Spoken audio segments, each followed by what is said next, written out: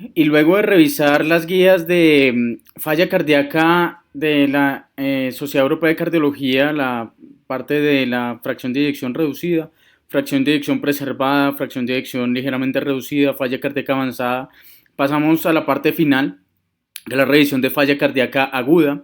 Me parece que esta es la parte favorita de la guía para mí y vamos a intentar revisar un poco la evidencia de dónde ha salido para hablar un poco del tratamiento dirigido por la evidencia de falla cardíaca aguda. Bienvenidos. Esta es una charla que va dirigida a residentes, internos, estudiantes, médicos rurales, médico general del Hospital Militar Central. Espero la disfrutemos y queremos agradecer nuevamente a Beringer International por invitarnos a el Congreso del 2021 en la Sociedad Europea de Cardiología. Aprendimos bastante y fue bastante divertido. Muchas gracias. Las partes de las guías ya la conocemos y vamos a hablar hoy de falla cardíaca aguda. Y para ello tenemos que definirla como tal, y es que la falla cardíaca aguda la define la guía como la aparición gradual o rápida de síntomas y signos de falla cardíaca, lo suficientemente severos como para que el paciente busque atención en urgencias, llevando a hospitalizaciones no planeadas o visitas al servicio de emergencias.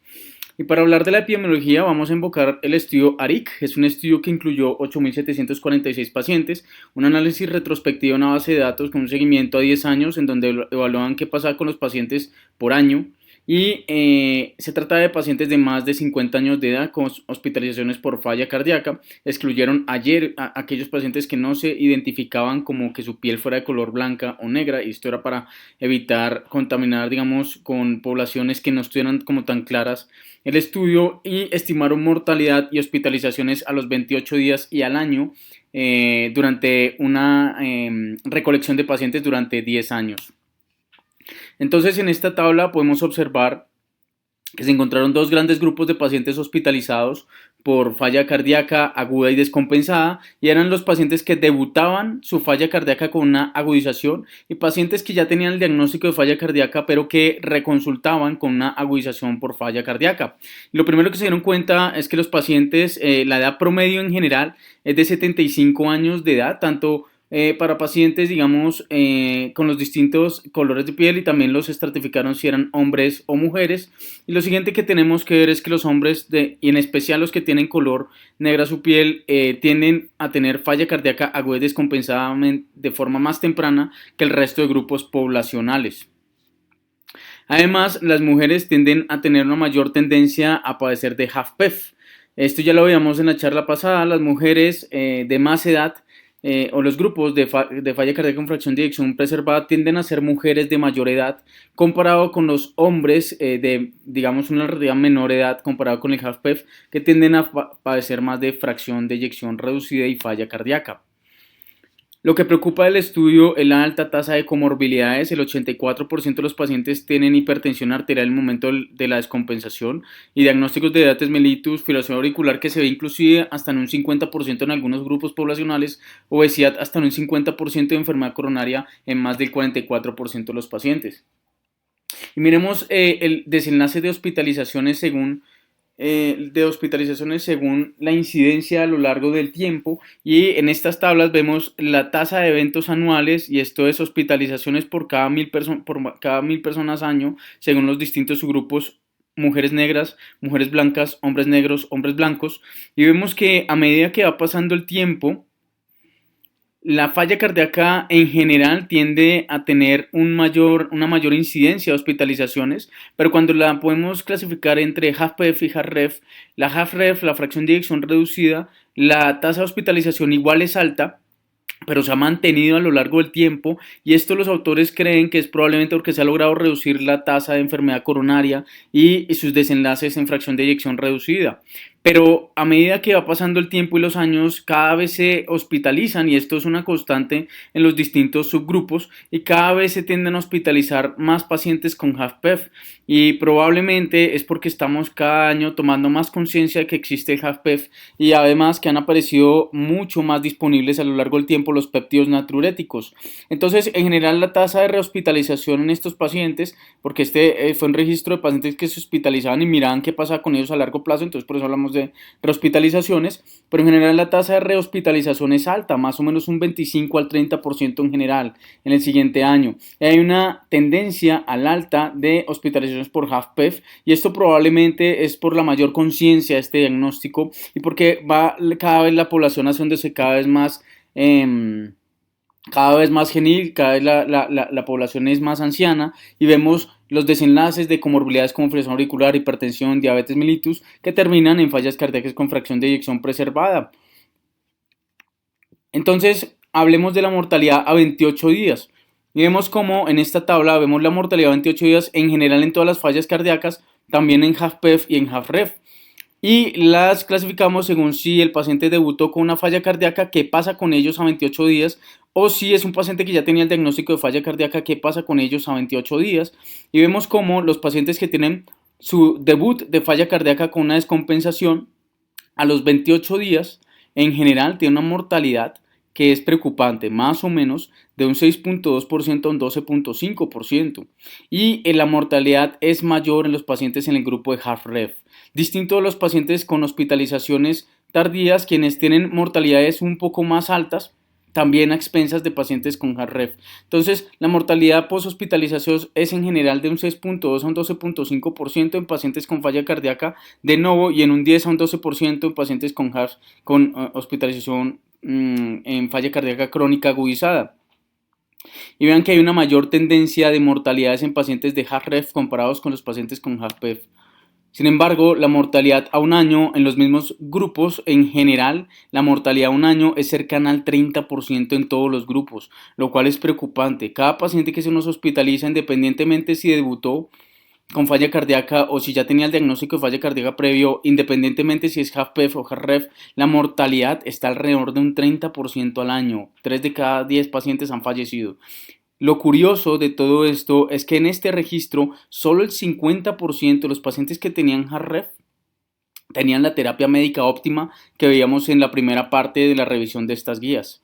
Un hallazgo que nos llama la atención y nos llama a reevaluar qué estamos haciendo con los pacientes de hospitalización y por eso es que ustedes ven que últimamente se ha tomado mucha fuerza en que la hospitalización es una oportunidad para que el paciente le revisemos su formulación y la optimicemos, el ISGLT2, el beta bloqueador, el IECA, ORA2, el ARNI, la espironolactona o la plerrenone, tenemos que verificar que el paciente lo está recibiendo, si no lo está recibiendo, mirar por qué no, y si no hay alguna razón para que no lo esté recibiendo, adicionarlo durante la hospitalización y titularlo rápidamente.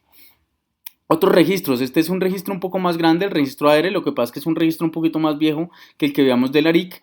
En este se revisaron más de 160,000 pacientes a lo largo de Estados Unidos, aproximadamente en 281 centros hospitalarios. Hicieron cuenta de cosas muy parecidas al ARIC, la edad promedio fue 75 años de edad, eso ya lo hemos visto, pero un dato muy interesante es que aproximadamente 75% de ellos ya tenían el diagnóstico previo de falla cardíaca, y el 22% ya habían tenido algún tipo de hospitalización 6 meses previos al inicio del registro. El 73% de la población tenía una historia de hipertensión arterial y solo el 50% de los pacientes hipertensos estaban en realidad controlados. Y es importante mencionar que hablando de cuando le demos egreso al paciente, que solo el 50% de los pacientes hospitalizados tenían la terapia médica óptima, ahora hay otro dato que tiene que alarmarnos un poco, es que solo el 36% de los pacientes, cuando se les dio alta de su hospitalización índice, tenían recomendaciones escritas tanto dietarias que son tan importantes, signos de alarma, recomendaciones generales de su falla cardíaca en el momento de la alta hospitalaria. Entonces, algo interesante de estos estudios es que más del 89% de los pacientes ingresaron por disnea. La disnea es el síntoma cardinal de la falla cardíaca agudizada y una parte importante de ellos estaban dentro de un IJA 3 o 4. Es importante recordar que hasta un 20% de los pacientes que llegan con una agudización de falla cardíaca tienen fibrilación auricular, de ahí la importancia de hacer un electrocardiograma en urgencias. Y también es importante mencionar que hasta un 20% de ellos tienen una creatinina que está elevada, más de 2 miligramos por decilitro. Hasta un 46% de los pacientes tienen una fracción de eyección reducida menor al 40%. Pero es importante recordar que más del 70% de los pacientes tienen hipertensión arterial, menos de la mitad la mitad están controlados, el 57% tiene enfermedad coronaria y por eso es tan importante que en todo paciente que llega agudizado al servicio de urgencias con falla cardíaca debe tener un electrocardiograma y según la clínica una curva de troponinas. Lo más probable es que siempre la hagamos porque el grupo de pacientes, dentro de los 5 pacientes que se nos presentan con síndromes coronarios de presentación atípicas, dentro de ellos únicamente disnea, están los pacientes con falla cardíaca agudizada. El tabaquismo en un 48%, diabetes mellitus 44%, dislipidemia en 36%, EPOC 32%, fibrilación auricular 31% dentro de los antecedentes. Nuevamente, la falla cardíaca es un diagnóstico que se presenta hacia los 75 años de edad. Los hombres tienden a tener un corazón un poco más enfermo tempranamente, y esto es porque ellos tienden a tener HFrEF y enfermedad coronaria de forma más temprana. En cambio, las mujeres tienden a tener más hipertensión, más presión auricular, más obesidad y HFpEF, y por eso se ven estas diferencias entre hombres y mujeres a lo largo de la edad. Pero en general la edad promedio de todas las fallas cardíacas es de un 75 años. Al menos en los registros ARIC y ADIR se reportó disnea como el síntoma cardinal de falla cardíaca, pero hay otras presentaciones como ortomía en 33%, disnea paroxística nocturna en un 15%, hipoxemia en 45% y edema pulmonar en 48%. El edema pulmonar es una presentación frecuente en las distintas cohortes, en los distintos registros de falla cardíaca. Entonces, resumiendo un poco todo lo que hemos visto hasta ahora, la guía no lo menciona, por eso hice esta pequeña revisión de epidemiología, porque la guía da por sentado que uno ya sabe eso, pero muchas veces no. O cuántos de nosotros sabemos que solo la mitad de los pacientes tenían la terapia médica óptima, muy pocos. Por lo menos a mí me preocupa bastante ese dato. Entonces, la falla cardíaca es la principal causa de hospitalización cardiovascular en mayores de 65 años de edad. La mortalidad intrahospitalaria es en general de un 4 al 7% y la mortalidad de 60 a 90 días es de un 7 al 11%. Y aprendimos en los registros previos que la mortalidad a un año es de un 30%. Eso es preocupante. La tasa de rehospitalización es alta, un 25 al 30%. Y hay que recordar que cada hospitalización genera una noxa renal y cardíaca que muchas veces no se puede recuperar. Cada hospitalización deteriora cada vez más el riñón y el corazón, y esto muchas veces no es reversible. También es importante mencionar que el 70% de los costos que se destinan para falla cardíaca, por lo menos en Estados Unidos, se consumen durante las hospitalizaciones.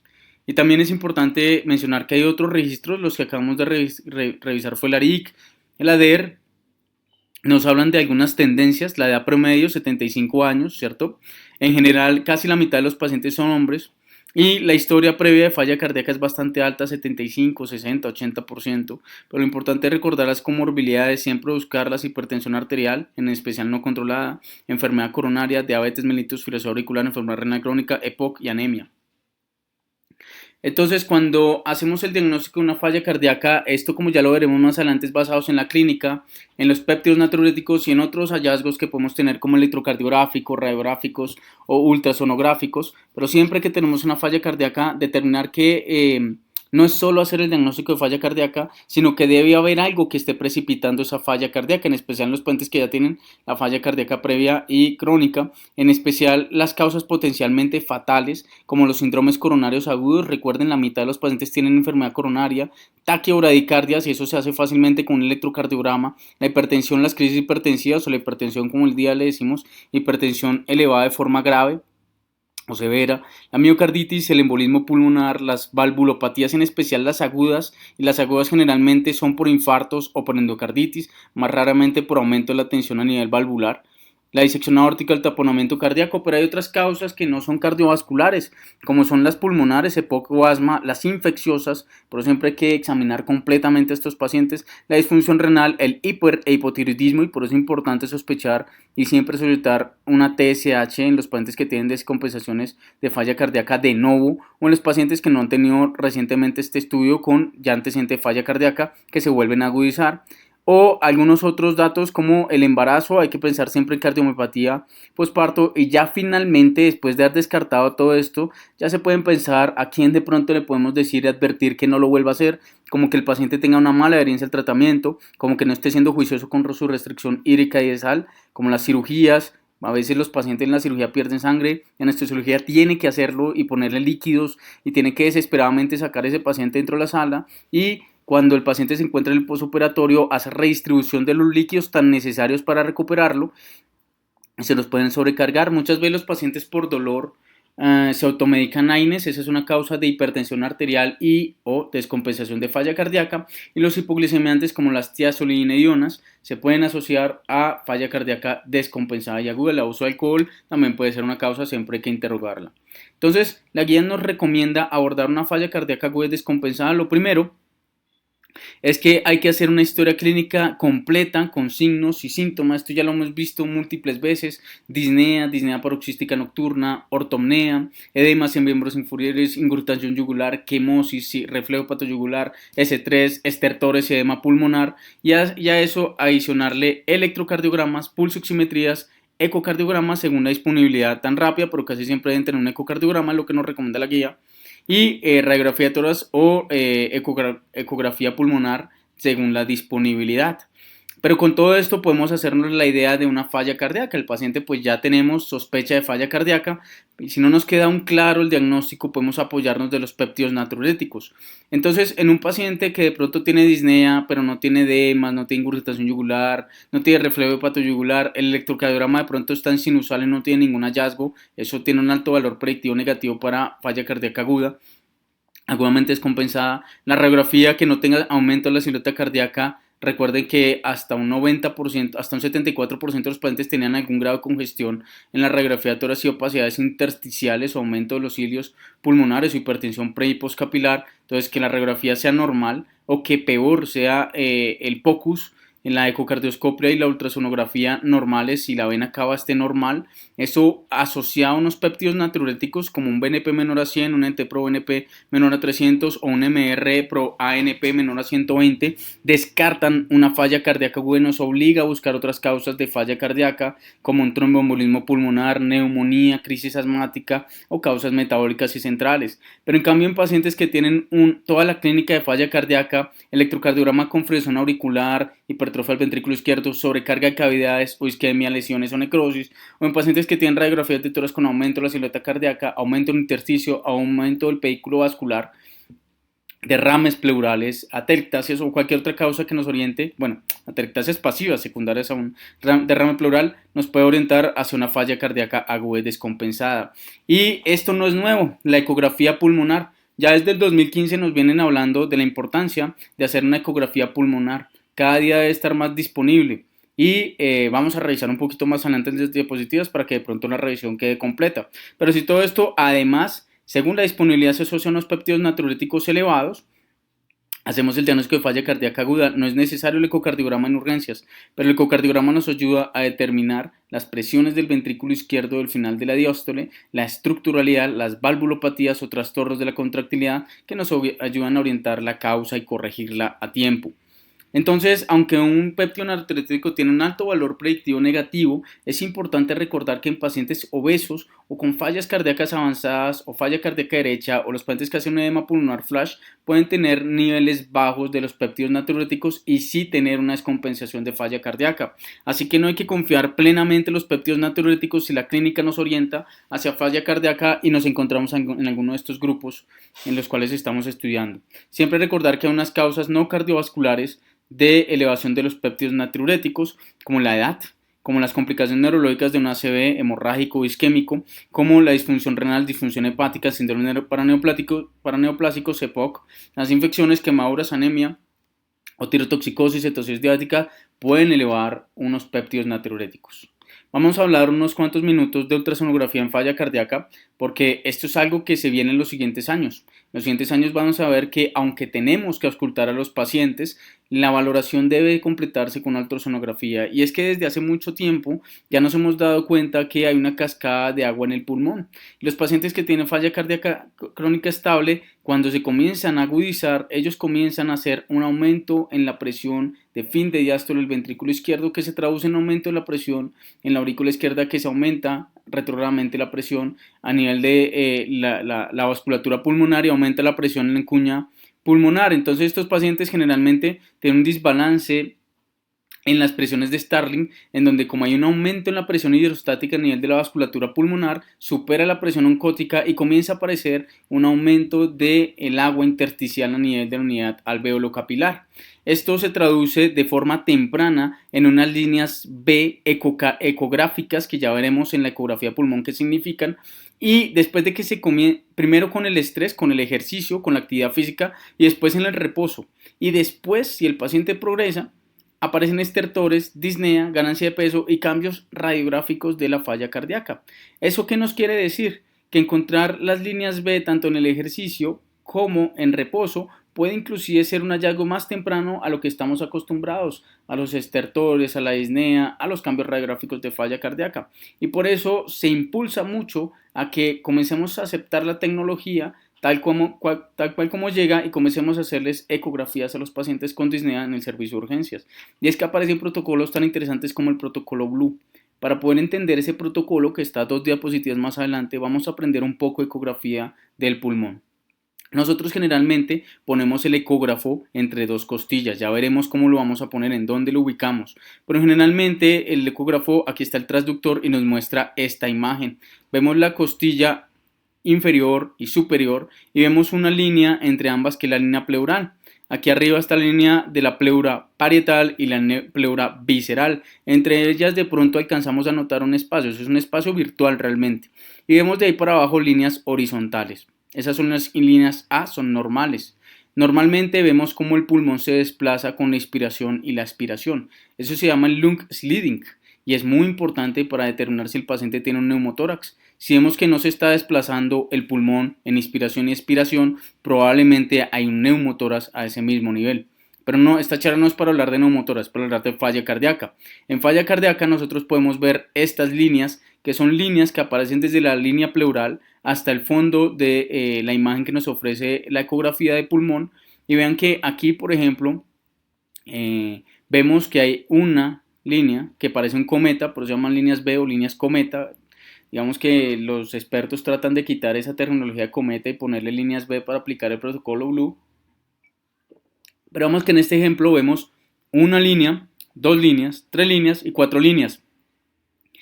Es normal encontrar una o 2 líneas, pero ya 3 o más líneas que se vean todo el tiempo, o 4 o más líneas que aparezcan y desaparezcan a lo largo del tiempo, hacen el diagnóstico de un síndrome intersticial pulmonar. Y eso quiere decir que el pulmón está o con aumento de la cantidad de agua, como lo que estamos buscando, falla cardíaca, edema pulmonar, o que está con pus o sangre, menos probable sangre, pus por ejemplo, como un SRA, un síndrome de distrés respiratorio del adulto, o una neumonía, por ejemplo.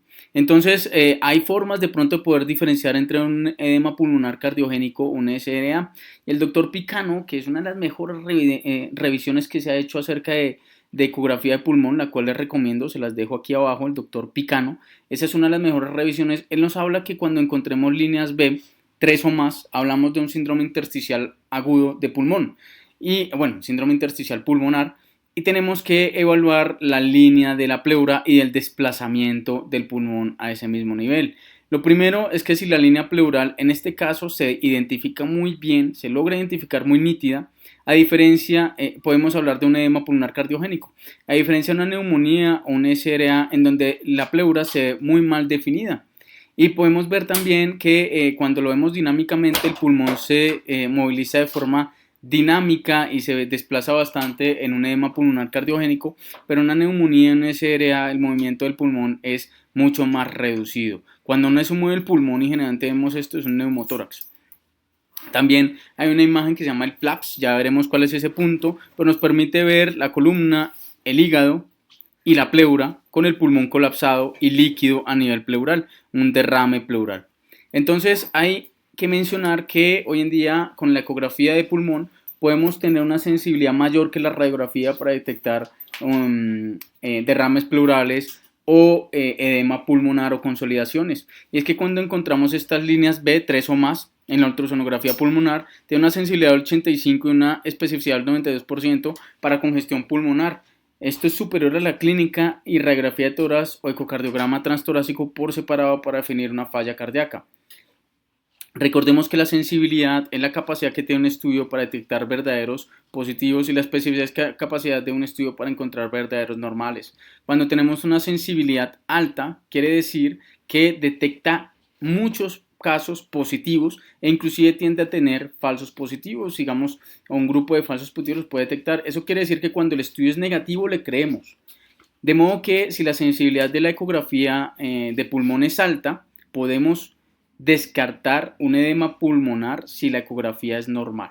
¿Listo? Y la especificidad, como detecta muchos pacientes normales, cuando nos salga positiva, le creemos, porque lo que normalmente nos muestra es estudios negativos, así que cuando nos sale el resultado positivo, le creemos. La especificidad es para confirmar, la sensibilidad es para descartar.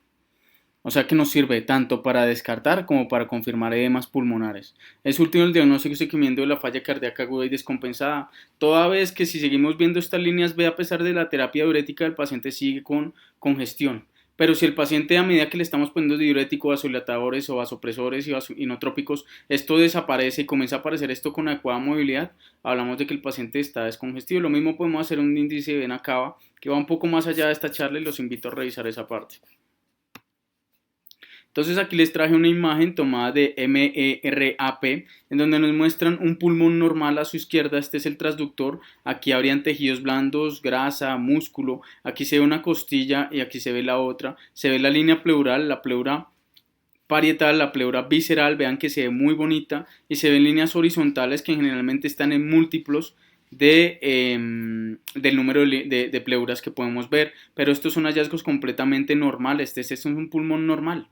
En cambio, a la derecha vemos como hay una línea pleural adecuadamente definida, hay un buen desplazamiento pulmonar, probablemente esto es en algún ápice, pero se ven una, se ven dos, se ven tres, se ven cuatro, cinco, seis líneas B o líneas cometa y podemos determinar que hay un síndrome pulmonar intersticial. Entonces ahí tenemos que definir si es un edema pulmonar o si es una neumonía. Aquí podríamos intentar estimar que como la pleura se ve bien y como hay un desplazamiento pulmonar adecuado, podemos decir que eso no es una neumonía ni una SRA, sino probablemente es algún edema pulmonar.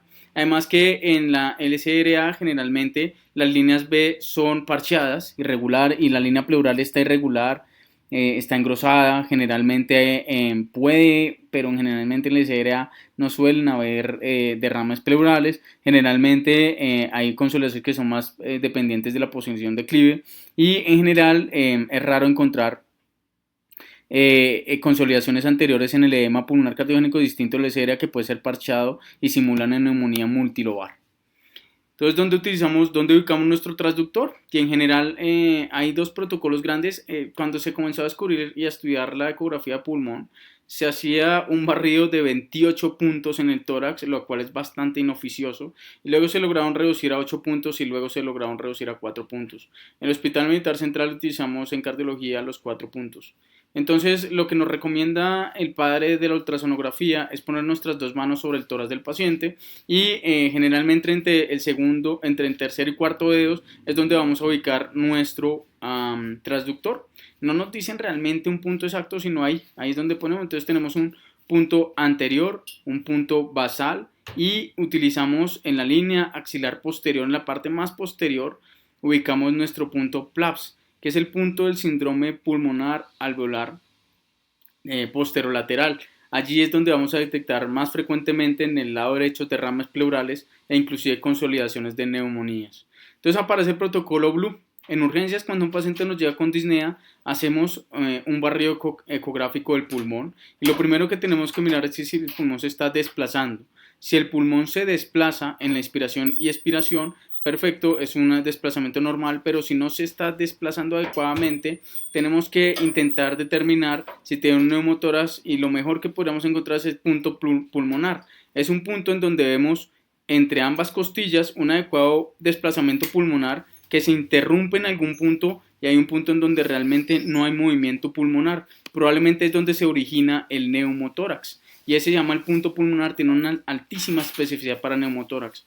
La finalidad de esta charla no es diagnosticar neumotórax, pero simplemente era para recomendar que siempre lo primero es mirar el desplazamiento pulmonar. Cuando el pulmón se desplaza adecuadamente, hablamos que hay un perfil pulmonar que si hay líneas B, cometas, tres o más constantes, 4 o más inconstantes, hablamos de edema pulmonar, en especial cuando lo encontramos en los 4 campos pulmonares de predominio bivasal.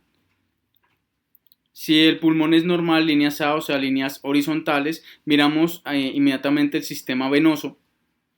Si el sistema venoso de los miembros inferiores a nivel proximal tiene trombosis venosa profunda, hacemos el diagnóstico de un tromboembolismo pulmonar. Si las venas están libres, vamos al PLAPS, y si en el PLAPS encontramos una consolidación, hacemos el diagnóstico de neumonía. Si es negativo, aunque si tenemos que persistir con sospecha de un tromboembolismo pulmonar, tenemos que considerar la posibilidad de un EPOC o un asma. Si hay un adecuado desplazamiento pulmonar y encontramos líneas B pulmonares, pero también encontramos una reducción del desplazamiento pulmonar y encontramos una línea pleural que no se logra diferenciar o no se logra trazar adecuadamente o no se logra ver de forma nítida, hablaríamos probablemente más de una neumonía o un SRA. La guía nos menciona que hay que hacer otros paraclínicos aparte de los péptidos natriuréticos y la ecografía de pulmón, como el electrocardiograma siempre, porque siempre hay que sospechar un síndrome coronario agudo. La radiografía de tórax no necesariamente ahora la indican, pues si uno tiene la ecografía pulmonar y no tiene disponibilidad de la radiografía de tórax inmediata, se puede dejar para hacerlo según la disponibilidad o cuando haya disponibilidad. La ultrasonografía pulmonar la recomiendan según la disponibilidad en el momento del ingreso. Los péptidos natriuréticos los recomiendan al ingreso y a la alta de la hospitalización, porque la idea es que se haya reducido más de un 30%, algunos hablan de más de un 50%. La guía no nos menciona cuánto se tiene que reducir, pero sí es consciente de que el péptido natriurético en el momento del alta puede predecir hospitalizaciones, además que nos va a servir como un punto de corte para los siguientes controles de forma ambulatoria. La troponina nos ayuda a determinar la probabilidad de isquemia y por eso siempre se debería hacer una curva en el momento del ingreso según la clínica. La creatinina nos ayuda mucho en el ingreso y se sirve para hacer el seguimiento intrahospitalario. Recordemos que los diuréticos van a elevar en los primeros 72 horas la creatinina en estos pacientes y eso es un buen marcador de descongestión siempre y cuando el paciente esté mejorando clínicamente. La ferrocinética y en los pacientes con fracción de eyección reducida menor del 50% y que tiene hemoglobina menor de 15, la anemia ferropénica puede mejorar cuando la corregimos, puede mejorar la sintomatología de los pacientes, así que antes de la salida tiene que tener una ferrocinética de ese paciente, no necesariamente en el ingreso. La TSH según la sospecha clínica de hiper o hipotiroidismo, pero ya las guías previas nos mencionaban que la TSH se hace en todo paciente con falla cardíaca de novo. El dímero D cuando sospechamos tromboembolismo pulmonar, la procalcitonina cuando sospechamos una sobreinfección que haya agudizado la falla cardíaca y la pulsoximetría y los gases arteriales según la sospecha de falla ventilatoria. Y es que ellos determinan falla ventilatoria o que el paciente tiene requerimiento de gases arteriales y monitorización de la pulsoximetría si está saturando menos del 90% con una frecuencia respiratoria más de un 25 respiraciones por minuto. Entonces ya avancemos en la guía, nos hablan que, y esto sí es algo, aunque la guía para las guías de falla cardíaca es algo innovador, digamos que extrapolan o toman o retoman lo que íbamos viendo desde principios del 2000. Y es que a principios del 2000 nos dimos cuenta que la falla cardíaca no solo la podemos clasificar como Stevenson o como Forrester, según la clínica o según el índice cardíaco, sino que hay distintos tipos de falla cardíaca. Algunos los llaman como fenotipos de la falla cardíaca, pero en realidad a esto le prefiero llamar tipos de falla cardíaca, así es como lo dice la guía, tipos de falla cardíaca agudizada y descompensada. Entonces está el 75% de los casos que nos ingresan a urgencias y son pacientes que consideramos Stevenson B, que están húmedos pero calientes, que están bien perfundidos pero que están congestivos. Y estos pacientes generalmente tienen disfunción del ventrículo izquierdo y la fisiopatología se basa en una retención de sodio y agua, con una acumulación de líquidos y un aumento de las presiones a nivel del ventrículo izquierdo. La aparición suele ser gradual porque la retención hídrica tiende a ser algo gradual, salvo que sea un edema pulmonar flash. Y estos pacientes generalmente tienen un aumento de las presiones diastólicas del fin de diástole del ventrículo izquierdo y aumento de la presión en la cuña capilar, aumento de la presión en cuña a nivel capilar pulmonar y estos pacientes generalmente tienen una presión sistólica normal o baja. En general estos pacientes, como están calientes y húmedos en el 75% de los casos, se pueden manejar con diuréticos, pero hay un pequeño grupo de pacientes que tienen edemas periféricos y que tienen además hipoperfusión. Así que como veremos en los algoritmos, muchos de estos pacientes nuestra meta es determinar si tienen hipoperfusión y a esos pacientes tenemos que adicionarle inotrópicos y adicionarle vasopresores. Si eso no funciona, como veremos, tenemos que pensar tempranamente en soporte circulatorio mecánico o en terapia de reemplazo renal según como lo necesitemos. Hay otros tres grupos, realmente falta uno en la guía que no lo mencionan probablemente porque es muy poco frecuente, pero hablemoslo de una vez. Hay un grupo de falla cardíaca de alto gasto y son los pacientes con anemia o con hipertiroidismo que generalmente hacen falla cardíaca pero que están calientes y están secos. Probablemente no lo incluyen dada la baja incidencia y dado que realmente requieren es control de la causa, pero no mencionan nada acerca de esos subgrupos. El otro grupo es pacientes con edema pulmonar cardiogénico, son pacientes que generalmente tienen aumento de la poscarga, generalmente están hipertensos y generalmente estos pacientes hacen edema pulmonar, congestión venosa capilar, arterial capilar y edema alveolar. La instauración es rápida y en general estos pacientes tienen aumento de la presión de fin de diástole del ventrículo izquierdo y aumento de la presión en cuña pulmonar. Generalmente el gasto cardíaco es normal y ellos lo que tienen es aumento excesivo de la poscarga, están húmedos y calientes y requieren vasodilatadores para el control de su presión arterial de la poscarga y terapia diurética, como veremos más adelante. Hay pacientes que hacen falla únicamente derecha y lo primero que tenemos que pensar es que tengan un infarto derecho o un tromboembolismo pulmonar. Estos pacientes generalmente se caracterizan por tener aumento en las presiones centrales y aumento en las presiones generalmente con hipoperfusión sistémica. La aparición junto con el choque cardiónico puede ser gradual o rápida, pero en general tienden estos pacientes a tener aumento de las presiones de fin de diástole del ventrículo derecho y un bajo gasto cardíaco porque recuerden que hay una interrelación ventrículo derecho y ventrículo izquierdo, pero en general tienen presiones sistólicas bajas. Y aprovechamos para recordar la triada del infarto del ventrículo derecho, hipotensión, con ruidos respiratorios limpios y con ingurgitación yugular. Cuando encontremos eso, siempre hay que sospechar que estemos enfrente de un paciente con falla cardíaca derecha y que tenga un tromboembolismo pulmonar o un infarto derecho. Estos pacientes generalmente se benefician de diuréticos como en el resto de fallas cardíacas, pero además se pueden beneficiar de inotrópicos o soporte mecánico circulatorio de terapia de reemplazo renal según se vaya necesitando.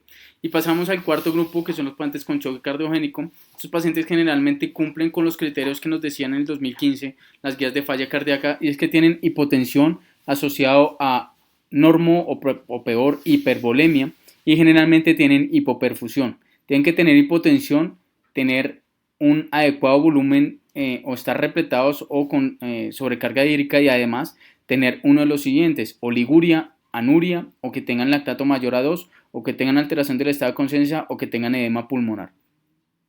Si tienen alguna de esas, el paciente está hipoperfundido o que esté pálido o llenado capilar mayor de 2 segundos. Estos pacientes generalmente tienen aumento de las presiones de fin de diástole del ventrículo izquierdo, también tienen aumento de la presión en cuña capilar pulmonar y tienen un bajo gasto cardíaco con bajas presiones, una presión sistólica menor de 90, una diastólica menor de 60 y generalmente se presentan con el fenotipo o con la presentación clínica, húmedo y frío. Estos pacientes se benefician rápidamente de inotrópicos y según lo que vayamos encontrando, pensar tempranamente en soporte circulatorio mecánico y según la necesidad de terapia en reemplazo renal. ¿Por qué se hablan de esas clases de falla cardíaca o esos tipos de falla cardíaca? Vean que eso ya lo sabemos desde hace mucho, que los pacientes cuando llegan al servicio de urgencias se nos presentan con una falla cardíaca Stevenson B, húmedos y calientes, es decir, que tienen edemas, que están congestivos, ingurgitados, congestión hepática, edemas en miembros inferiores, pero que tienen ausencia de signos de hipoperfusión. Pacientes puro diurético generalmente lo que les suele ayudar y vasodilatador según su presión sistólica. El siguiente grupo son los pacientes que tienen edema pulmonar, más o menos un 16%. Y luego están los pacientes que tienen una falla cardíaca hipertensiva, que son el 11.4%, y son un 3.9% de los pacientes se presentan con un choque cardiogénico y un 3.2% con una falla cardíaca derecha pura. Esto es importante porque generalmente los pacientes con falla cardíaca que se presentan agudamente descompensados, el 73% de ellos cursan con una falla cardíaca Stevenson B versus los pacientes que debutan con una falla cardíaca, es decir, es más frecuente, y esta es una diferencia significativa, es mucho más frecuente encontrar un paciente sin hipoperfusión cuando tiene una falla cardíaca crónica que cuando es de novo. Y de la misma forma, cuando la falla cardíaca aguda descompensada es de novo, hay una tendencia a tener más choque cardiogénico comparado con los pacientes que ya tienen el diagnóstico previo de falla cardíaca. Y los pacientes que debutan con su falla cardíaca con una descompensación aguda tienden a tener significativamente un mayor número de edemas pulmonares cardiogénicos comparados con su contraparte de fallas cardíacas que ya tenían el diagnóstico previo de falla cardíaca. Hay otros grupos, subgrupos, que es la falla cardíaca asociada o edema pulmonar asociado a una crisis hipertensiva, una hipertensión con elevación grave de la misma, o una falla cardíaca derecha, y estos pacientes generalmente es igual tanto si es de nuevo como falla cardíaca crónica.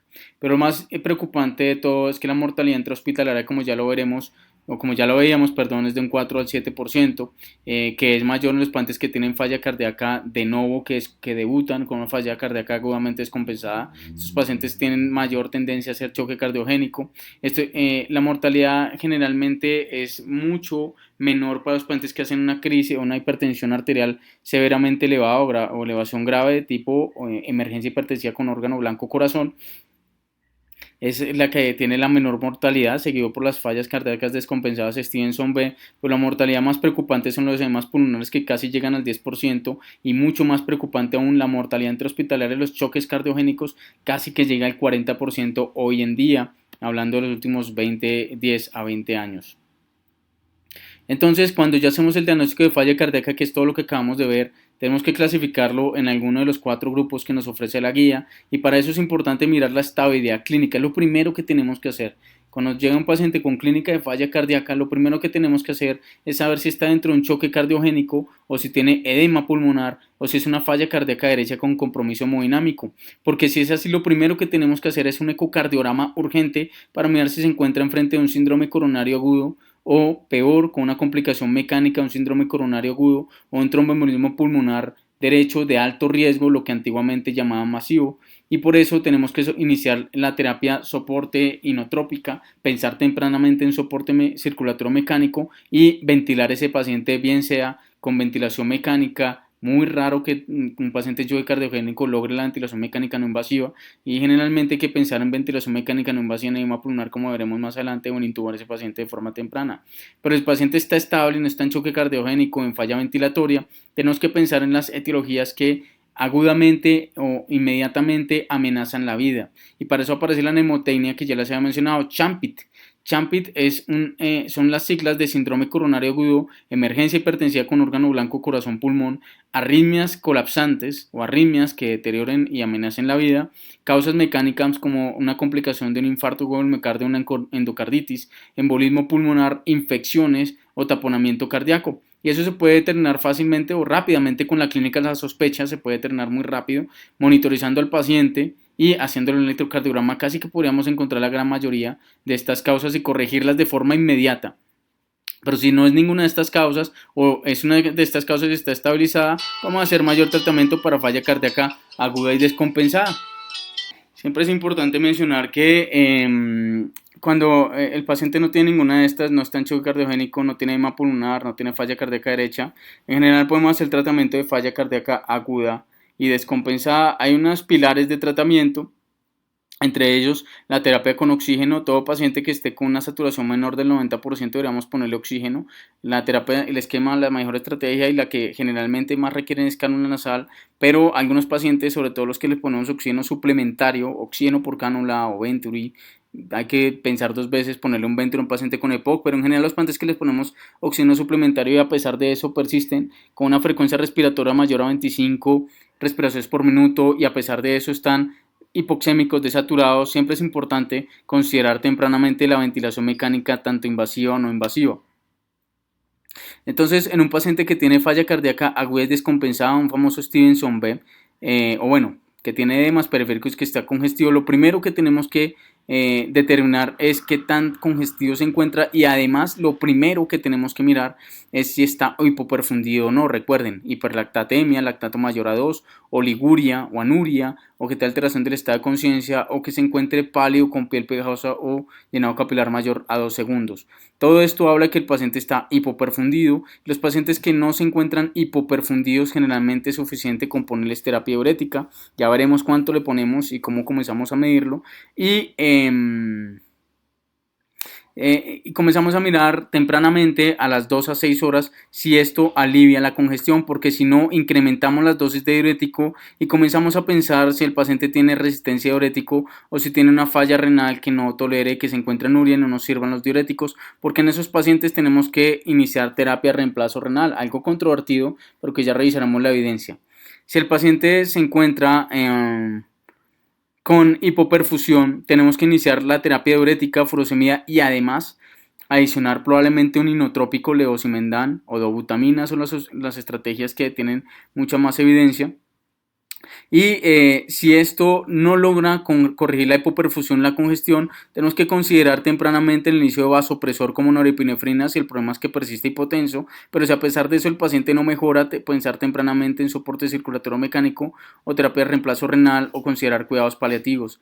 Todo paciente que tenga falla cardíaca y que requiera hospitalización o estancia hospitalaria más de 6 horas en el servicio de urgencias debe tener tromboprofilaxis. No nos dice la guía realmente con cuál preferiblemente, pero sí nos menciona que las separaciones de vasopresor molecular son una buena opción, 40 miligramos subcutáneos al día. Aunque han habido ciertas revisiones de guías que nos hablan que la tromboprofilaxis puede ser según el peso 20 miligramos al día o 40 miligramos al día, la guía no nos ofrece ninguna dosis para heparina de bajo peso molecular. Y evitar los opioides en pacientes en el servicio de urgencias que tienen falla cardíaca agudamente descompensada, aunque es una opción atractiva para controlar disnea en otros escenarios e inclusive se avala para pacientes con falla cardíaca avanzada como terapia paliativa o como tratamiento paliativo. Es importante mencionar que en pacientes con falla cardíaca agudamente descompensada está contraindicado el uso de opioides salvo que estemos en un escenario de cuidados paliativos. Entonces, ¿cómo usamos los diuréticos? Esto realmente la guía habla lo que hablé ya en un video previo de falla cardíaca aguda en el servicio de urgencias. Yo los invito a que revisen ese video porque está mucho más ampliada que en la guía toda la revisión y toda la evidencia de cómo utilizar los diuréticos en falla cardíaca, que es una pseudolesión renal. Pero vamos a hablar de lo que nos recomienda la guía del 2021. Y lo primero es que ante el diagnóstico de falla cardíaca que requiera diuréticos, iniciamos un diurético intravenoso y tenemos que mirar si el paciente ya venía recibiendo diuréticos orales o no. Si el paciente nunca había recibido diuréticos orales o no venía recibiendo terapia diurética oral, podemos iniciar con 40 miligramos intravenosos de furosemida. Ellos ya nos hablan de una dosis de 20 a 40 miligramos intravenosos. Lo preferible, según basados en la evidencia, son 40 miligramos intravenosos mínimo. Pero si el paciente ya venía recibiendo terapia diurética, como por ejemplo furosemida, tenemos que por lo menos dejarle la dosis, mínimo la dosis diaria que recibe, es decir, que si el paciente venía recibiendo furosemida 40 miligramos al día, mínimo le ponemos 40 miligramos en el bolo inicial. Si venía recibiendo 80 miligramos, mínimo 80 miligramos, podemos ponerle 1 a 2 veces la dosis diaria que venía recibiendo oral de diurético y a las 2 horas hacerle un sodio urinario. O si no está disponible el sodio urinario, a las 6 horas mirar el gasto urinario, porque si el sodio urinario a las 2 horas está mayor a 50 miliequivalentes por litro, podemos decir que ya está evolucionando muy bien, respondió muy bien a diuréticos y repetir la dosis cada 12 horas que le pusimos inicialmente. Pero si el gasto urinario está mayor a 100 cc por hora, podemos hacer lo mismo, repetir la dosis cada 12 horas. Podemos hacer cualquiera de los dos, el sodio urinario o el gasto urinario, según la disponibilidad que tengamos en nuestro centro de atención hospitalario. ¿Qué pasa cuando el paciente a las 2 horas no logra excretar más de 50 miliequivalentes por litro de sodio o cuando el gasto urinario a las 6 horas está menor a 100 cc por hora? Y en estos pacientes a las 2 horas o a las 6 horas le doblamos la dosis que le pusimos inicialmente y volvemos a evaluar a las 2 y 6 horas el sodio urinario y el gasto urinario respectivamente. Y si no logramos otras metas, le volvemos a doblar la dosis hasta que logremos metas de diurético. Si a pesar de llegar a una dosis máxima tope de diurético, que recordemos que para la furosemida es de 600 miligramos intravenosos día, tenemos que pensar en iniciar una terapia alterna diurética, es decir, combinar diurético, en este caso furosemida, que es la que tenemos disponible en nuestro medio, combinarla con hidroclorotiazida, acetazolamida o menos frecuentemente, según la evidencia clínica, espironolactona. Pero si el paciente va mucho mejor, la podemos mandar a pisos, pues dependiendo de la estabilidad clínica del paciente, y seguir revisando electrolitos y creatinina cada 24 horas, porque los diuréticos tipo furosemida, hidroclorotiazida o espironolactona no son para nada amigables desde el punto de vista metabólico y pueden haber mucha probabilidad de disfunción y trastornos hidroelectrolíticos. Los diuréticos de ASA son los que tienen la evidencia 1C para descongestión, para terapia descongestiva, y si el paciente quienes no responden al incremento de dosis de diuréticos, el incremento de dosis de furosemida, podemos pensar tempranamente en un inicio de hidroclorotesía o espirulactona. La guía, vean que nos mencionó que en pacientes que son resistentes a la terapia diurética podemos pensar en iniciar una terapia de reemplazo renal tipo ultrafiltrado para ayudarles, pero esta evidencia es bastante controvertida y más o menos para el 2007 la doctora Constanza nos mostró que en el estudio ONLOT, que fue un estudio en donde recolectó 200 pacientes, es un estudio, un ensayo clínico prospectivo abierto, aleatorizado multicéntrico, en donde comparó ultrafiltrado de hasta 500 mililitros por hora según el criterio clínico versus terapia diurética en falla cardíaca agudamente descompensada en pacientes de más de 18 años que estuvieran hospitalizados por falla cardíaca y que tuvieran menos de 24 horas de hospitalización, pero que tuvieran signos clínicos o radiológicos de sobrecarga hídrica, siempre y cuando no tuvieran un síndrome coronario agudo, un gasto urinario menor a 30 mililitros por hora, un hematocrito mayor o igual a 35%, más los accesos venosos que tuvieran antecedentes de soporte vasopresor o que estuvieran con soporte vasopresor, trasplante cardíaco, otras causas de hospitalización o contraindicaciones para anticoagulación oral e inclusive infecciones activas. Esos pacientes los autorizaron a terapia diurética versus ultrafiltrado. Los grupos fueron bastante homogéneos y más de un 70% de los pacientes tuvieron una fracción de eyección menor o igual al 40%. ¿Qué vieron? Entonces, desde enlaces vieron que hacerles ultrafiltrado logra reducir a las 48 horas el peso de una forma más efectiva que la terapia diurética sola. Pero cuando lo compararon entre disnea, no hubo diferencias significativas entre hacerles ultrafiltrado o ponerles diuréticos en cuanto a la mejoría sintomática de los pacientes. Y esta es una de las grandes conclusiones de este estudio, es que la mejoría en la disnea y la mejoría en la sintomatología no necesariamente se traduce en una mejoría de la sobrecarga hídrica. Y en cuanto al deterioro de la función renal, ni el ultrafiltrado ni la terapia diurética tuvo diferencias significativas en cuanto al deterioro en la función renal. Parece que el ultrafiltrado logra reducir más peso, pero no modifica la sintomatología y no deteriora la función renal. Y uno de los datos más interesantes del UNLOT es que a 90 días, al hacerle ultrafiltrado a los pacientes, tuvieron menor tasa de rehospitalización que los pacientes que se quedaron únicamente con terapia diurética. Entonces, la conclusión de los autores es que en este estudio se logró demostrar que el ultrafiltrado, al compararse con terapia diurética en falla cardíaca agudamente descompensada, no se logró una mayor reducción del peso sin modificar significativamente la disnea en la creatinina y sin aumentar de forma significativa los eventos adversos. Pero además, uno de los datos mucho más interesantes es que logró reducir la rehospitalización por falla cardíaca a 90 días, sugiriendo más estudios para este ultrafiltrado en falla cardíaca agudamente descompensada. Más adelante aparecieron otros estudios, pero el que más marcó el hito de ultrafiltrado fue el CARRES-AHF, un estudio muy criticado, ya veremos por qué. Pero en este estudio, los autores, entre ellos el Dr. Barr y entre otros el Dr. Jim Brownwell, buscaron una bivariable como desenlace primario del cambio de peso corporal y los cambios en la creatinina a las 96 horas de terapia. Los grupos fueron bastante homogéneos y hay que recordar que la fracción de eyección promedio fue 30 al 35%. Además hay que recordar que, y esto es un dato muy importante de este estudio, que a pesar de que ellos hablaban de que tenía que haber enfermedad renal crónica, como veremos más adelante, la dosis que requirieron fue en promedio de 120 miligramos de furosemida, muy por debajo de la dosis tope. Eso quiere decir que los pacientes no tenían resistencia a la terapia diurética.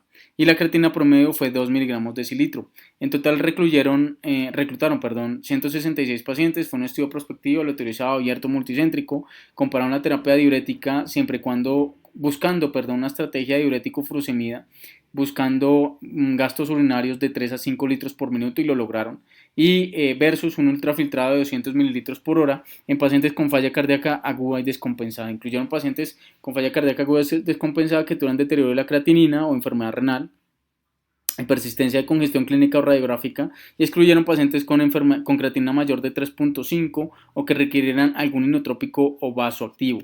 ¿Qué encontraron? No hubo diferencias significativas entre ponerles diuréticos o entre ponerles terapia farmacológica inclusive a 60 días. Lo que sí es importante es que cuando separaron los dos desenlaces, la terapia farmacológica, la terapia diurética, logró reducir mucho más la creatinina comparado con el ultrafiltrado. El ultrafiltrado se asoció a creatininas más altas comparado con el diurético y no hubo una diferencia significativa en la pérdida de peso. Entonces el estudio además demostró que los pacientes que se fueron a ultrafiltrado tuvieron mayor número de eventos adversos, sobre todo asociados al catéter de ultrafiltrado. Fue un estudio que preocupó un poco porque en este ensayo aleatorizado, incluyendo pacientes hospitalizados para falla cardíaca aguda y descompensada, que tenían empeoramiento de la función renal, que eran congestión persistente, el uso de la terapia diurética para lograr gastos urinarios de 3 a 5 litros por minuto fue superior a la estrategia ultrafiltrado en la preservación de la función renal 96 horas, con una similar cantidad de pérdida de peso entre los dos abordajes. Así que el ultrafiltrado no fue asociado con más alta de eventos adversos. Este estudio marcó un hito en el ultrafiltrado en pacientes con falla cardíaca, pero más adelante aparecieron muchos críticos, con lo cual hay que estar muy de acuerdo, y es que el CARRES-HF no resuelve la pregunta porque estos pacientes tenían falla cardíaca aguda y descompensada, pero no tenían resistencia o nunca nos dijeron cuántos pacientes de ellos tenían resistencia a diuréticos y en especial cómo se comportó en esos pacientes con resistencia a diuréticos. Es probable que estos pacientes no tuvieran de resistencia a diuréticos porque vean cómo en esta tabla se logró, la dosis promedio de furosemida fueron 120 miligramos. 120 miligramos dosis promedio, máximo 160 miligramos, y con eso lograron gastos urinarios de 3 a 5 litros por minuto. Además que la estancia hospitalaria fue la misma para ambos grupos de pacientes. Nunca nos mencionaron el esquema de ultrafiltrado, cuántos días duró y qué pasó en los días después del ultrafiltrado, si les pusieron inotrópicos vasopresores o si continuó la terapia diurética. Así que es un estudio que generó muchas críticas y apareció en su análisis pues por los hallazgos tan impresionantes que realmente están en contra de las hipótesis previas y de lo que estamos manejando previamente a este estudio, y es que al incluir pacientes con fracción de eyección mayor del 40% se pudo comparar FEI menor al 40 o FEI mayor del 40%, y se dieron cuenta que realmente en el grupo de FEI mayor al 40%, en esos pacientes, en especial en ellos, es cuando les hacemos un ultrafiltrado a mayor velocidad y tienden a tener mayor deterioro de la función renal. Entonces, al realizar un ultrafiltrado en pacientes con falla cardíaca aguda y descompensada, son aquellos pacientes que tienen una FEI mayor del 40% y aquellos con ultrafiltrados agresivos, el subgrupo que tiene un deterioro de la función renal. La elevación de la creatinina no necesariamente implica algún pronóstico, como lo vemos en la charla de falla cardíaca aguda, pero sí indica una reducción significativa del volumen arterial efectivo. Luego del CARRES aparecieron muchos estudios, aparecieron metaanálisis. Digamos que el AVOID, el UNLOT y el CARRES son los estudios más grandes de ultrafiltrado de diuréticos en falla cardíaca aguda y descompensada. Para resumir todos los estudios, está este metaanálisis del 2017, en donde tomaron 10 estudios, en total 857 pacientes, en donde comparaban ultrafiltrado versus diuréticos. Se evaluaron desenlaces como cambios de peso, cambios en la función renal, duración de estancia hospitalaria, tasa de rehospitalización, mortalidad y dependencia a las diálisis. Vean datos tan importantes como que cuando se compara el ultrafiltrado versus los diuréticos, es el ultrafiltrado que más favorece una pérdida de peso, además que es el ultrafiltrado que se asocia a menores creatininas y a mejores tasas de filtración glomerular, distinto a lo que nos mostró el CARRES. En este metaanálisis, si bien es cierto que significativamente hay una mejoría en la creatinina, o la creatinina es un poquito más alta y la tasa de filtración, la creatinina es un poco más baja y la tasa de filtración glomerular es un poco más alta en los pacientes que van a ultrafiltrado. Lo cierto es que esta diferencia es despreciable, solo la creatinina es 0.01 miligramos decilitro mejor que los pacientes con diuréticos y además la tasa de filtración se les aumentó 2.77 cc por minuto. Es algo que realmente los autores consideran que tampoco es que sea una diferencia grande y los consideran que esos desenlaces son similares tanto para los ultrafiltrados diuréticos. Lo que sí es cierto es que en cuanto a hospitalizaciones, el ultrafiltrado tiende a tener un menor número de hospitalizaciones por falla cardíaca comparado con la terapia diurética, aunque esta diferencia no parece ser significativa, sino una tendencia numérica a menores hospitalizaciones por falla cardíaca en el grupo de ultrafiltrado. Y no hay diferencias significativas entre la estancia hospitalaria y mortalidad. Probablemente los pacientes con ultrafiltrado tienden a durar más tiempo hospitalizados porque requieren más cuidados, porque requieren un personal más entrenado, porque requieren estar monitorizados y con heparina. Entonces, ¿qué podemos concluir del metaanálisis de ultrafiltrado versus diuréticos? Que la terapia diurética usual en los distintos estudios es muy heterogénea. varía mucho y por eso es difícil poder generalizar los resultados y esto limitó mucho los resultados del metaanálisis. Los diuréticos ultrafiltrados son comparables en cuanto a la pérdida de peso y el deterioro significativo de la función renal. No hay diferencias de mortalidad ni dependencias de diálisis. El ultrafiltrado al parecer reduce la estancia hospitalaria. La evidencia no parece mostrar una reducción en la rehospitalización por falla cardíaca. Si las hospitalizaciones son similares en ambos grupos, lo que mencionamos, ¿por qué siguen hospitalizados sus pacientes después de un ultrafiltrado si ya les quitaron el ultrafiltrado? Ese es un problema de los distintos estudios que no muestran realmente el protocolo que se utilizó y puede ser distinto un ultrafiltrado 24, 72 horas o 5 días. Entonces la evidencia sugiere utilizar los diuréticos como estrategia inicial para la sobrecarga hídrica y dejar el ultrafiltrado como una opción atractiva para los pacientes que tienen resistencia a los diuréticos, dado que en el CARES-HF no existen diferencias entre ultrafiltrado y diuréticos cuando estos últimos lograron un gasto urinario apropiado. Hay que evitar la morfina en urgencias para falla cardíaca aguda y descompensada porque vean que como en otros estudios, el doctor Miró y sus colaboradores demostraron este análisis de la base de datos EAHFE, un registro multicéntrico multiobservacional de pacientes con falla cardíaca en España, y evaluaron los pacientes a 30 días que recibieron o que no recibieron morfina en el servicio de urgencias. Entonces, si bien es cierto que tomaron una base de datos de hasta 6.647 pacientes, utilizaron los pacientes así tenían morfina 275 o si no habían recibido morfina en el servicio de urgencias por falla cardíaca aguda descompensada 275. Vean que los pacientes que recibieron morfina tienen una mayor tasa de mortalidad de forma significativa y esto se va más en los primeros días de estancia hospitalaria, pero menos en las primeras 24 horas.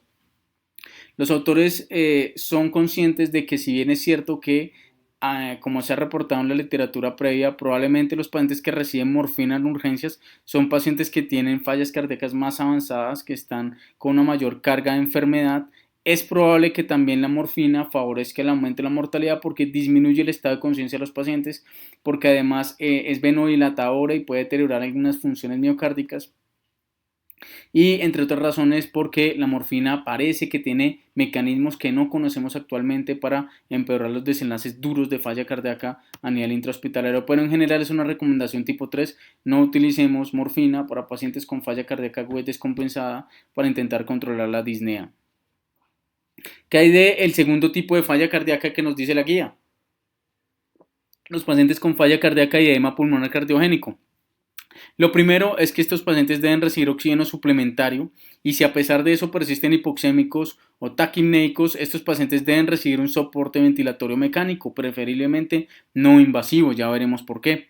Y lo siguiente que tenemos que mirar es la presión sistólica. Si es mayor de 110 milímetros de mercurio, podemos pensar en iniciar un vasodilatador tipo nitroglicerina. Pero si la presión arterial sistólica no está mayor a 110, tenemos que preocuparnos si el paciente está hipoperfundido. Si está hipoperfundido, lo que requiere es diuréticos de asa y vasopresores tipo norepinefrina o inotrópicos tipo levosimendan o dobutamina. Si el paciente en realidad tiene signos de sobrecarga hídrica, presión sistólica menor de 110, no le podemos poner vasodilatadores, pero sí le podemos poner diuréticos si no está hipoperfundido, sin inotrópicos y mirar si esto alivia la congestión. Si la alivia, perfecto, continuamos con la terapia médica y la optimizamos según la respuesta clínica, pero si a pesar de que el paciente con soporte diurético, vasodilatadores o inotrópicos según la necesidad persiste con signos de congestión y no la logramos aliviar, hay que pensar tempranamente en terapia de reemplazo renal, como ya lo acabamos de mencionar, soporte circulatorio mecánico u otros dispositivos y considerar cuidados paliativos según el pronóstico de estos pacientes. Es importante mencionar que si bien nos recomiendan la guía la terapia diurética como clase 1C, los vasodilatadores tipo nitroglicerina tienen una recomendación 2B. La evidencia es antigua. Lamentablemente, para la nitroglicerina, los estudios iniciales mostraron una mejoría en mortalidad, pero los estudios aleatorizados controlados, aunque tienen riesgos de sesgos, no lograron reproducir estos resultados.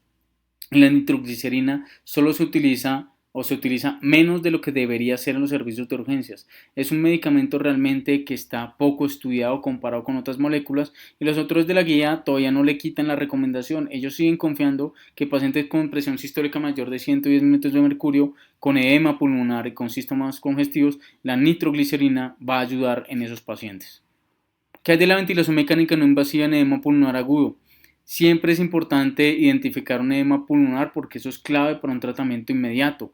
Muchos pacientes con edema pulmonar agudo Muchos de esos pacientes no se benefician únicamente de oxígeno por canal nasal, hay que ponerles ventilación mecánica no invasiva, ya veremos por qué. ¿Cómo hacemos el diagnóstico de edema pulmonar en el servicio de urgencias? La guía nos ofrece este diagnóstico, una frecuencia respiratoria mayor de 25 por minuto y una saturación menor al 90% pese al oxígeno suplementario como una estrategia de tamizaje, pero en realidad hay otros autores como el doctor Mosip en el 2019 que nos muestra estos criterios muy interesantes. Pacientes con dificultad respiratoria, signos claros de dificultad respiratoria, incremento del esfuerzo ventilatorio, taquipnea significativa mayor de 25 respiraciones por minuto, maybe o quizá con utilización de músculos accesorios y movimiento abdominal paradójico o, o movimiento abdominal paradójico y además estertores o sibilancia de los pulmones o un S3, ortopnea y falla ventilatoria que tenga una saturación menor del 90%, una PaO2 menor de 60 minutos de mercurio, una PaCO2 mayor de lo normal según la altura o según la altitud donde lo estemos realizando, una PAFI menor a 300 mililitros de mercurio,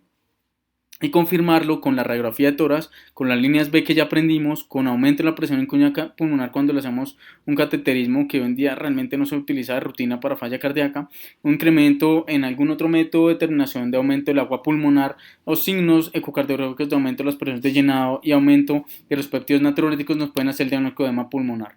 La ventilación mecánica no invasiva es una de las mayores indicaciones que tiene el edema pulmonar cardiogénico y hay varios tipos de ventilación mecánica no invasiva que se han estudiado en falla cardíaca con edema pulmonar.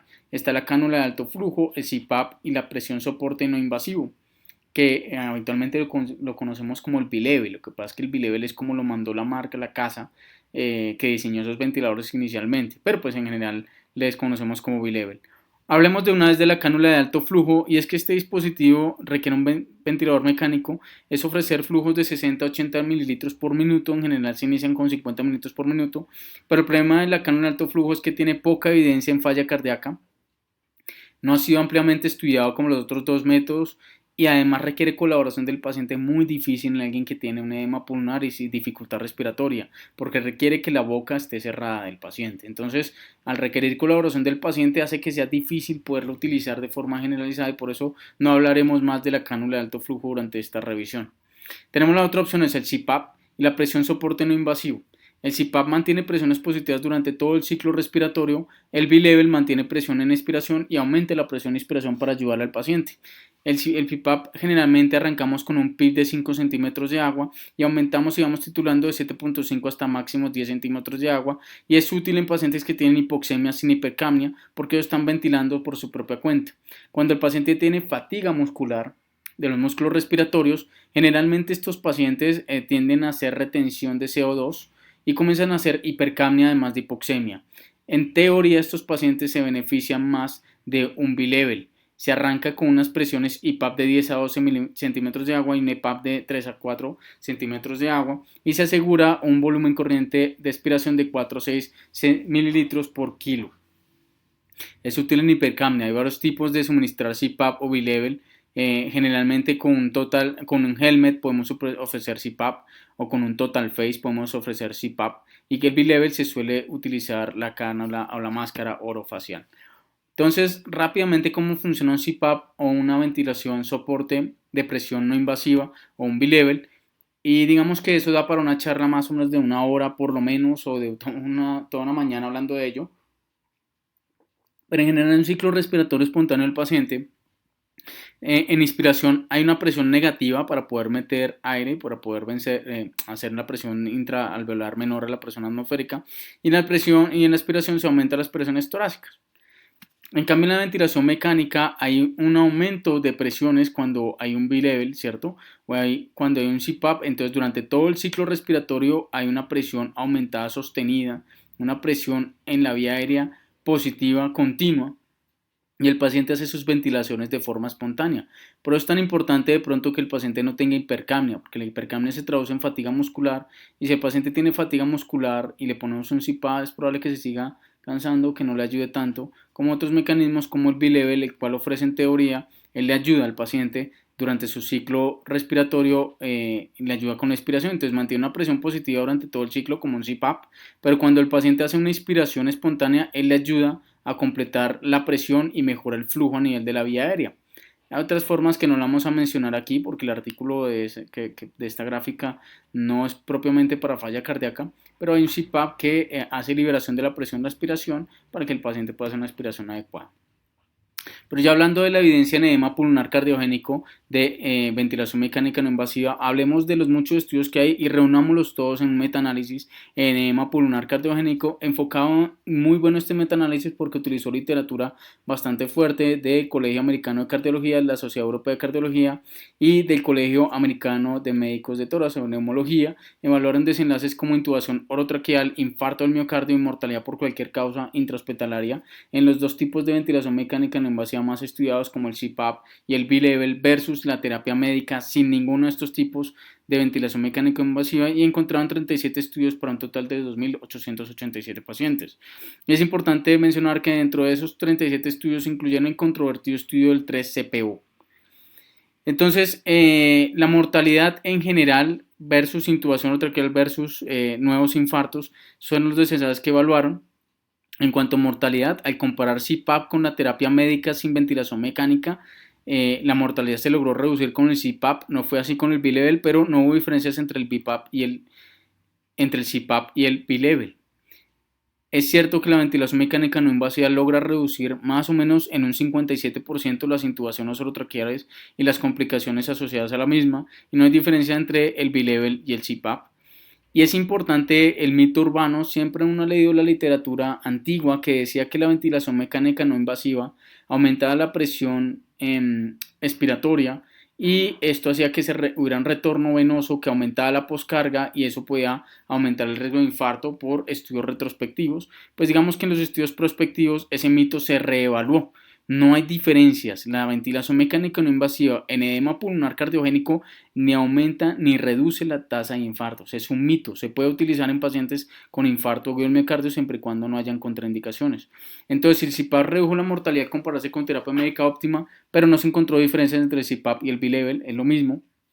El mismo comportamiento para intubación orotraqueal que en mortalidad, no hay diferencias entre el CPAP B-Level y el CPAP redujo tasa de intubaciones orotraqueales y la ventilación mecánica no invasiva tipo CPAP o B-Level no mostró aumento o reducción en los infartos en edema pulmonar agudo y cardiogénico.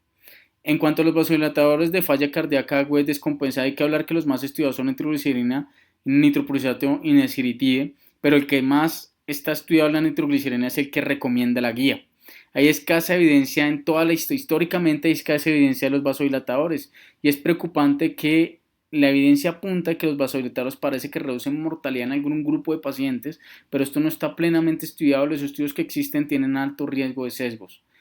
Lo que sí se sabe es que, por ejemplo, cuando comparamos terapia médica, solo diurético, versus pacientes con falla cardíaca aguda y descompensada que no tuvieron diurético ni nitroglicerina, versus pacientes que recibieron diurético y nitroglicerina, grupo A, grupo B, grupo C, tenemos que los pacientes que mejor sobrevida tienen fueron los pacientes que recibieron diurético y nitroglicerina. Los pacientes que peor mortalidad tienen a 1000 días son pacientes que los dejamos sin diurético y sin nitroglicerina en falla cardíaca aguda y descompensada.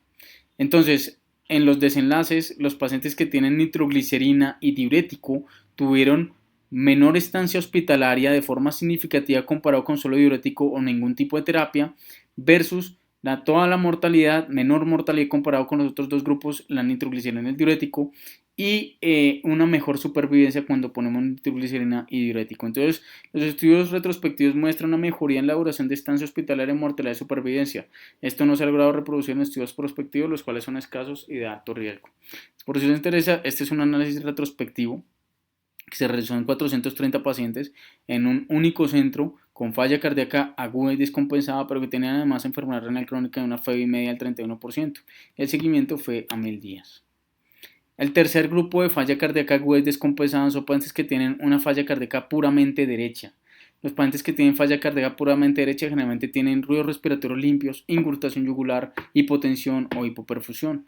Y en general, cuando el paciente muestra compromiso hemodinámico o falla cardíaca derecha pura, lo primero que tenemos que hacer es mirar si tiene un síndrome coronario agudo, un infarto, del ventrículo que se esté extendiendo hacia el ventrículo derecho, o un tromboembolismo pulmonar de alto riesgo que antiguamente llamábamos masivo. Si es así, hay que tratar la causa específica porque probablemente requiere reperfusión inmediata o terapia trombolítica para el trombo pulmonar o terapia quirúrgica para el trombo pulmonar según la indicación clínica.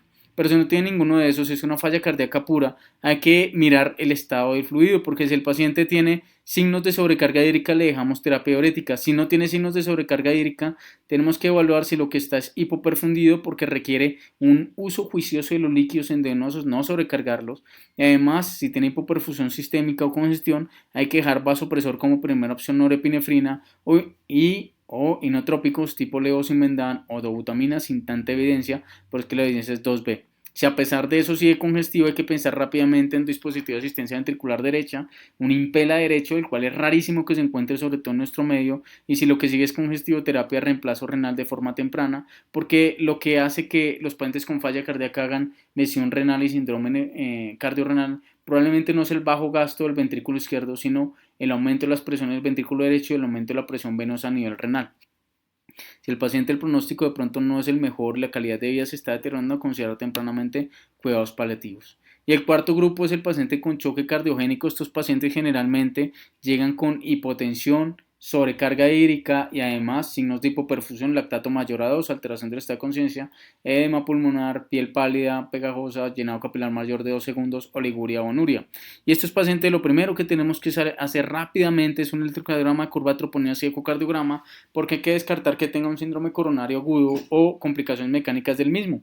Y la guía nos dice que si tiene de pronto alguna complicación mecánica de un infarto o un infarto con miocardio, llevarlo rápidamente a una intervención coronaria percutánea y tratamiento quirúrgico según la indicación, según la condición clínica. Si no tiene ninguno de esos, hay que identificar y tratar otras causas específicas, como arritmias, por ejemplo, como trombos que estén obstruyendo, como valvulopatías agudas, etcétera, lo que le llamamos el champit, y considerar rápidamente el uso de inotrópicos. Además, la terapia ventilatoria, o sea, soporte mecánico ventilatorio, es raro que en los choques cardiogénicos se utilice ventilación mecánica no invasiva. Sí se ha hecho, y hay que ver que en los distintos registros, como ejemplo en el ADER, hasta un 13% de los choques cardiogénicos les pusieron ventilación mecánica no invasiva, pero la guía realmente recomienda el soporte mecánico ventilatorio y probablemente invasivo. Generalmente los pacientes están tan críticamente enfermos que no aguantan la ventilación mecánica no invasiva. Y recordemos que si bien esto no lo menciona la guía, la evidencia en ventilación mecánica no invasiva apunta que si usted le pone ventilación mecánica no invasiva a un paciente bien indicado, le reduce mortalidad y le reduce intubación orotraqueal.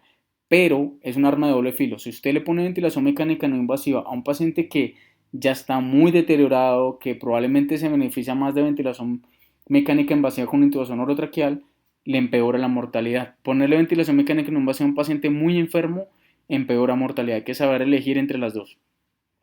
Y considerar el soporte mecánico ventilatorio, circulatorio tipo ECMO, veno arterial o tipo Impela o algún otro tipo de pronto que tengamos disponible y ABP, por ejemplo, en el servicio de urgencias dependiendo la disponibilidad. Y si esto mejora la perfusión, comenzamos a destetarlo tempranamente, pero si no mejora, considerar nuevamente el soporte circulatorio mecánico si no lo hemos iniciado y la terapia de reemplazo renal con ultrafiltrado y considerar cuidados paliativos según el pronóstico de estos pacientes. Estas son las dosis de los inotrópicos. Eso ya lo revisamos en la charla de choque cardiogénico y en la charla de falla cardíaca aguda. Ya revisamos esto. Simplemente mencionar que en nuestro medio tenemos disponible dobutamina 2 a 20 microgramos kilo minuto. No hay diferencias entre dobutamina y levosimendan a 3 meses, pero levosimendan, al no depender de los receptores catecholaminergicos, es la opción atractiva para pacientes que ya vienen con beta bloqueo activo, y la dosis es símbolo de 0.1 microgramos por kilo por minuto en infusión continua, irlo incrementando de cada 0.05 microgramos kilo minuto hasta llegar a 0.2 microgramos kilo minuto. Norepinefrina si el paciente está hipotenso y requiere un soporte inotrópico 0.2 a 1 microgramo kilo minuto, y epinefrina si no tenemos disponibilidad de norepinefrina, teniendo en cuenta que puede aumentar desenlaces y lactato. Los inotrópicos tienen evidencia ambigua, en donde hemos visto que, por ejemplo, como en este estudio retrospectivo de la base de datos ESC-HFLT, con falla cardíaca aguda descompensada, ellos fueron evaluados retrospectivamente esa base de datos, en total 6.926 pacientes, y evaluaron el defecto de lo que eran cuando les ponían diurético o vasodilatador o inotrópico vasopresor en mortalidad por todas las causas. Si bien es cierto que en este estudio no se demostraron diferencias significativas de que aumentara o mejorara la mortalidad los diuréticos o los vasodilatadores, los inotrópicos y vasopresores sí aumentaron la mortalidad, tanto intrahospitalaria como a largo plazo hasta 300 días. Los inotrópicos o vasopresores retrospectivamente se asocian a un mayor número de muertes. Y esto siempre ha sido muy controvertido porque como la mayoría de los estudios son retrospectivos, no podemos saber si es que los pacientes se mueren más porque estaban tan graves que requieren un vasopresor inotrópicos y por eso el vasopresor inotrópico es más un marcador de mortalidad, un marcador de severidad, perdón, o más bien que sea propiamente el efecto vasopresor inotrópico que aumenta el calcio citosólico y por eso empeora mortalidad por arritmias y desenlaces adversos. Pero en general, los vasopresores inotrópicos en general tienden a aumentar mortalidad, creo que se ha visto retrospectivamente, y por eso las distintas guías y autores recomiendan que se pongan cuando sea necesario, pero se desteten lo más pronto posible cuando veamos que el paciente ya no lo requiere. Los vasodilatadores no demostraron alguna asociación a largo plazo en los desenlaces clínicos duros, mientras que los inotrópicos o vasopresores fueron asociados a incrementos en el riesgo de mortalidad por cualquier causa, en su mayoría relacionado a aumento de la mortalidad intrahospitalaria por falla cardíaca aguda. Entonces hay unos estadios del tratamiento para falla cardíaca aguda descompensada, una fase inmediata en urgencias en donde tenemos que determinar la etiología, aliviar síntomas, restaurar la oxigenación, limitar el daño de órgano distal y prevenir el tromboembolismo con tromboprofilaxis. Y lo hacemos con un monitoreo continuo, determinar rápidamente si requiere UCI o se puede mandar a pisos, un tratamiento inicial para soportar tanto la parte circulatoria como ventilatoria, como vasodilatar los vasopresores inotrópicos o soporte suplementario de oxígeno mecánico. La fase intermedia intrahospitalaria donde continuamos buscando una etiología si no la hemos encontrado en urgencias, mejoramos los signos y síntomas, limitamos el daño de órganos y prevenimos el tromboembolismo. Y aquí es donde continuamos haciendo lo que veníamos haciendo previamente, estudiamos al paciente, optimizamos el diurético para lograr gastos urinanos de 3 litros por día, titulamos la terapia para controlar síntomas y aliviar la congestión, buscamos que el paciente no tenga hipoperfusión subclínica, con la función renal, con el lactato, con la vigilancia clínica, con la mejoría congestiva, con los signos vitales. Iniciamos, y esta es la parte más importante intrahospitalaria hoy en día, no solo descongestionar al paciente, sino que hay que aprovechar la hospitalización para reajustar la terapia, ver que el paciente con fracción de eyección reducida o ligeramente reducida si tenga su IECA o Varados o ARNI, que si tenga su espronactona plerrenone, que si tenga su beta bloqueador y si lo tiene junto con el SGLT2 llevarlos todos, intentar titularlos, acercarnos o llegar a la dosis tope recomendada que es la dosis target y finalmente cuando le damos salida tenemos que asegurarnos que el paciente ya no está congestivo porque cuando los pacientes les damos alta y siguen congestivos no lograron reducir el BNP, siguen empeorando función renal y es decir, en general si los pacientes persisten congestivos la probabilidad de que se hospitalicen es muy alta. 25 al 30% de los pacientes que no logran recuperarse y no logramos descargarlos completamente y les damos alta todavía con signos congestivos, 25 al 30% se hospitalizan a 30 días. ¿Por qué es importante evitar la congestión en el momento del alta? El paciente ya tiene que estar seco, porque cada vez que el paciente, es decir, enviar los congestivos para la casa aumenta el riesgo de hospitalización y cada hospitalización deteriora cada vez más la función renal en esos pacientes y deteriora cada vez más la función cardíaca. Cada hospitalización por falla cardíaca provoca una anoxia renal y cardíaca, la cual a veces es irreversible. Y para eso tenemos que mirar los predictores. Hay tanto síntomas como signos, como condiciones comórbidas, como estado funcional, como biomarcadores, los hallazgos ecocardiográficos, que pueden predecir una rehospitalización, que el paciente siga sintomático o que de hecho esté aumentando peso significativamente o que no pierda más de 4.5 litros durante la estancia hospitalaria, habla de que el paciente va a requerir una rehospitalización. Que el paciente sigue con ingurtación yugular o ortopnea en el momento del alta, habla de una rehospitalización. Condiciones como EPOC, enfermedad renal crónica, diabetes o anemia, habla de una rehospitalización, por eso la importancia de buscar eventualmente ferropenia en el paciente que se nos hospitaliza con falla cardíaca. Y eventualmente que el paciente tenga el BNP que no se haya reducido más de un 30%, en especial más de un 50%, aumenta el riesgo de rehospitalización. El ecocardiograma que siga con aumento de las presiones de fin de diástole del ventrículo izquierdo aumenta el riesgo de hospitalización. ¿Qué estrategias tenemos? Llevar el paciente a lo más seco que tengamos dentro del hospital, buscar una causa y corregirla intrahospitalariamente de la agudización de la falla cardíaca, comenzar a mirar si el tratamiento es apropiado para su fenotipo de falla cardíaca según su fracción de eyección y titular intrahospitalariamente hasta donde podamos estos pacientes de forma obviamente cautelosa. Y siempre en el momento del alta es importante establecer un seguimiento apropiado para el paciente y dárselo por escrito preferiblemente, hacer una salida y un control temprano por cardiología a los 7 a 10 días y enviarle probablemente, si es posible, recomendaciones al médico de atención primaria si no es cardiología. Educar al paciente es importante y tiene una importancia supremamente invaluable el servicio de enfermería y la clínica de falla cardíaca ambulatoria, y por eso los hospitales deben apuntar a tener servicios de falla cardíaca crónica y servicios de enfermería que vayan titulando y haciéndole seguimiento a estos pacientes. El seguimiento de enfermería se ha asociado a mejores desenlaces inclusive que médicos entrenados en cardiología, y el telemonitoreo es bastante importante para estos pacientes. En conclusión, la falla cardíaca aguda es la principal causa cardiovascular de hospitalización en pacientes de 65 años o más. Cada hospitalización de falla cardíaca empeora desenlaces renales y cardiovasculares, los cuales pueden ser irreversibles, incluyendo aumenta mortalidad. Hay que identificar algunos de los 4 tipos de falla cardíaca aguda y descompensada que nos ofrece la guía, y esto es clave para un tratamiento apropiado según los algoritmos como lo vimos. Los pilares de la terapia es la oxigenación, la terapia descongestiva, tipo diuréticos, vasodilatadores y vasopresores inotrópicos según el cuadro clínico son las piedras angulares de la falla cardíaca descompensada. Hay que pensar siempre en evaluar el estado de perfusión siempre que encontremos un paciente iniciar una terapia vasopresora, inotrópica o soporte circulatorio mecánico según la condición clínica que sea oportuno y apropiado, y asegurarnos siempre una adecuada descongestión previa al alta y para garantizar menos hospitalizaciones. Falta una conclusión, y es que en cada hospitalización tenemos que reevaluar lo que venimos haciendo ambulatoriamente y optimizar la terapia ambulatoria de estos pacientes en el momento del alta. Y ya con esto finalizamos la revisión de la guía de falla cardíaca para el 2021. Espero que les haya ayudado. Todas las dudas que tengamos, la retroalimentación, los artículos y todo lo que tengamos para aportar son bienvenidos durante la rotación de cardiología del Hospital Militar Central. Muchas gracias.